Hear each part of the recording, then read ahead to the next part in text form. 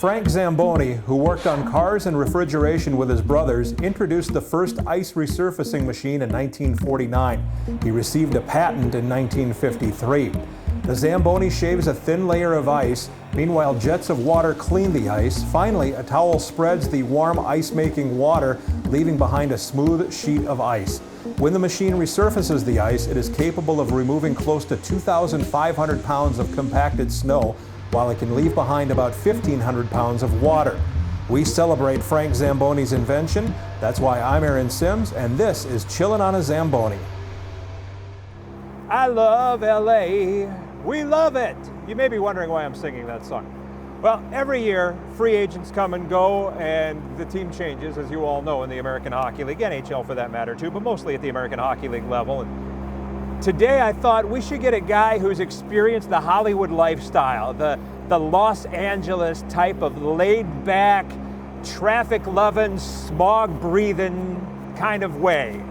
And we got just the guy for that. He's Admiral Sniper Matt Luff. Hey, Luffer, you want to go for a ride? Oh, Sims, you got room for one more up there? We got it. We can make it happen. Let's go. Let's go.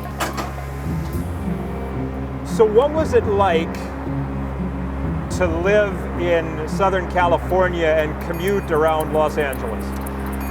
Living there was good. I mean, coming from Toronto where it's always cold, you got beach weather kind of 365 days of that year, so enjoyed it. The commute, it's kind of like going downtown Toronto. There's always traffic, so you just got to prepare for that, but you kind of know the traffic time. So overall, wasn't too bad. Had you ever been there before you signed with the Kings? No, first time was my first ever development camp, so it's pretty cool to go down there and see that part of the world. Obviously, coming from Toronto, like you don't see beaches often. Right.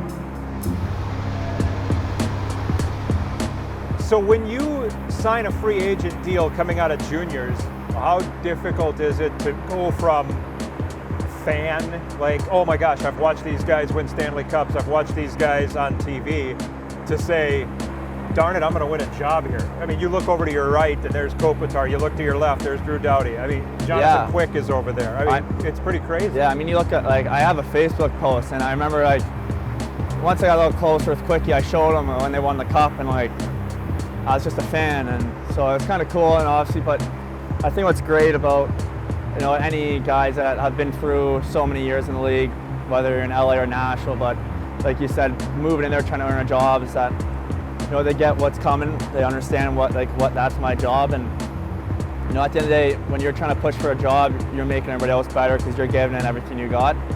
You have to make sure every time you get your chance, you have to just, you know, do a little bit more every time just to stay in there and just make a name for yourself until your name's written in Sharpie. That's kind of what I learned in LA. Like your name's written in pencil until it's in Sharpie. So you can be easily erased off that board, but once you get there in Sharpie, like you gotta make sure you stay there. Did you have time for any other sports? I played baseball growing up. The reason I ask is because the shot that you have, the wrist shot that you have, to have that accuracy, to have that power, to have that whip, I can't imagine you did anything but shoot thousands of pucks a week.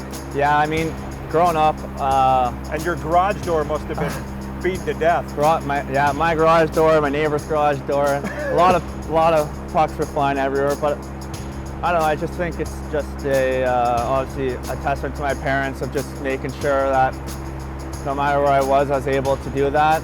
And I think I just grew up around really good coaches. Like obviously Tom Fergus from a young age till I was about 14 there. So he taught him, and me and his kid were close, so, and we just would go in his backyard and just learn how to shoot that puck. And then I had a coach named Duncan Harvey who didn't matter what day of the week it was, he would sell you at practice.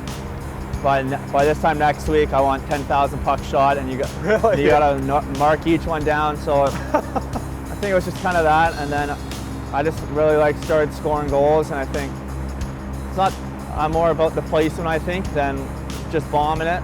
Yep. So I think the accuracy is kind of what helps me put it in the net, but I like scoring goals. I think anytime you see me score, I'm kind of pumped up to do it, because I mean, it's the best feeling in the world to me. Who doesn't like scoring a goal, right?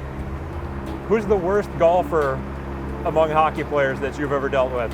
Oh, And are there any really bad ones? we did a golf thing here. Harris had us out to a course. Yeah. Use current guys, I guess. Yeah, that's probably least offensive. I had Patrick Harper in my group. He wasn't very good. Who else wasn't very good in our group? Yeah, Harps. I would say Harps mostly because I saw him swing the club a bunch. Yeah. But I mean, Igor's never touched a club in his life, so like that's an easy. But like, yeah, no. But we have some good golfers on this team. Like, we got some athletic guys here. It's a skill I think that people acquire as they get older, but especially like when you're playing hockey and you're a young player in hockey, you probably. When did you pick up the clubs? Young age. My grandpa was a huge golfer, and they lived in Florida, so every summer I'd go down and I'd just put a club in my hand. But I mean, I really got into it probably just maybe a summer or two before COVID. And then so you're an adult, you have your free time, you can go figure it out yourself. And then, like if you watch my swing, everybody be like, there's no chance he's good. And then all of a sudden, like, I just make it work. But I mean, yeah, I just think the COVID summer, the first summer where the season paused and everybody went home, I think I played 150 rounds until I left for LA for the new season. So I mean, wow. There's days where I can work out still, but I'd go golf twice a day and walk it both times. So wow, just trying to get my steps in. So I obviously just kind of learned, I think, just from playing. Well, I think you have found that a good way to clear the head is to go for a ride on a Zamboni. Yeah, this might be my new thing post-practice. I actually might apply, do it in intermissions. I'll put my gear off, taking my wheels off. I'll just chug her around. Thanks for doing this, man. Oh, thanks.